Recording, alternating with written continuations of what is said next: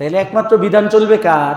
তাহলে যারা বসে বসে বিধান তৈরি করে, বিধান তো দেওয়া মুসলমানদের জন্য বিধান, কাফেরদের জন্য বিধান লাগবে, কারণ এরা তো কোরআন মানবে না, এদের নেতারা এদেরকে বানাই দিবে।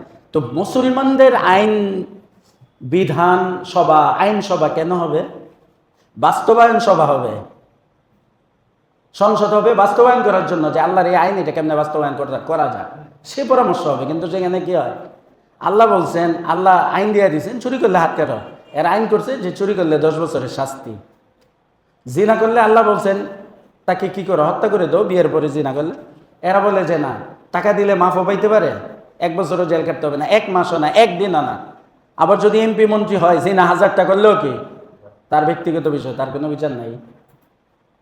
দুইজনে মিলে মানে একজন আরেকজনকে ভালোবেসে সন্তুষ্টিক্রমে জিনা হয়েছে, তো কোনো বিচার নাই, আছে না দেশের আইনে? হ্যাঁ, দর্শন কোনটা? তার স্বীকৃতির বাহিরে। আর খুব ইচ্ছা আরো বেশি নিছে, স্ত্রীর তো অনুমতিও লাগে না। স্ত্রী যদি সুস্থ থাকে আর সহবাস করতে চায়, স্বামী যে কোনো সময় করতে পারে, কিন্তু আইন করছে স্ত্রী যদি অসন্তুষ্ট থাকে তাইলে এটা দর্শনের অন্তর্ভুক্ত। খবিসরা কোন পর্যায়ে গেছে চিন্তা করছেন? হ্যাঁ, এরা হলো 2 নাম্বার তাগুত, শয়তানের পরেই এরা।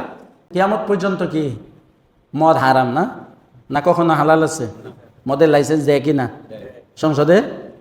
মদের ব্যবসায়ীরা আছে না, এই যে আমাদের ধর্মমন্ত্রী বলে দিছে না না এটা এই দেশের আইন, এটা কি বাহিরের সাথে মদের ব্যবসা হবে। এই সে সুদের লাইসেন্স দেয় কি না?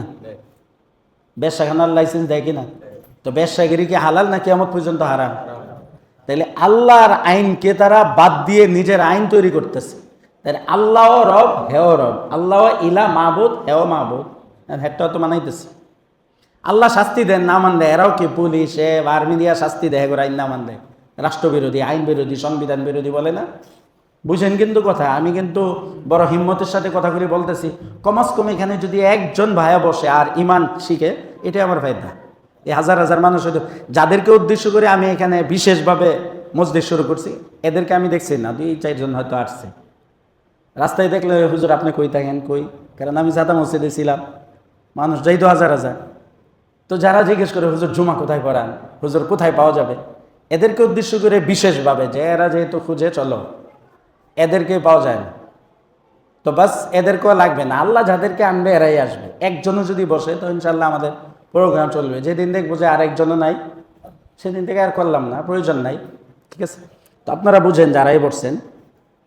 তো এখানে বিষয়টা হলো যে তাগুতকে বাদ দিয়ে ইমান আনতে হবে, ওই যে নেতিবাচক। এখানে 1 নাম্বার তাগুত হলো শয়তান, 2 নাম্বার ওই রাজা বাদশারা বা মন্ত্রী এমপিরা যারা নাকি আইন তৈরি করে অথবা আল্লাহর আইনকে পরিবর্তন করে। পরিবর্তন কিভাবে? এটা কোরআনে আছে, আল্লাহ কোরআনেও বলছেন, আল্লাহ রসুল হাদিসও বলছেন, যে এরা রব দাবি করলো, যারা নাকি নিজের আইন তৈরি করলো, আল্লাহর আইনকে পরিবর্তন করলো। আল্লাহ অবৈধ করছে, হ্যাঁ বৈধতা দেয়। আল্লাহ অবৈধ করেছে নাকি বৈধতা দেয়? আল্লাহ বৈধ করেছে না অবৈধ? যেমন বাল্য বিবাহটা, হ্যাঁ এইটা কোনো মেয়ে যদি অসুস্থ থাকে, বয়স বেশি কম হয়, বিয়ে তো নাজায়েজ না, বাকি এটা তো সমাজ বুঝবে, পরিবার বুঝবে, একে বিয়ে দিবে কেন? কিন্তু এটা যদি আইন করে নিষেধ করা হয়, 18 বছর আগে বিয়ে করা যাবে না, বিয়ে দেওয়া যাবে না। বরঞ্চ প্রেম করে যদি যায়, বাচ্চাও হয়, বিয়েও হয় না, এটার কোনো মামলা মোকদ্দমা নাই। কেন নাই? যে সন্তুষ্ট ক্রমে করছে। চিন্তা করছেন বিষয়গুলি, চিন্তা করছেন এরা কোন পর্যায়ে, যাদের পিছনে আমরা ঘুরি না, আর টুপি দাড়ি বাকরি লিয়া যারা এখন সংসদে যাইতেছে, গিয়া কি করবো কর না, কি করবো?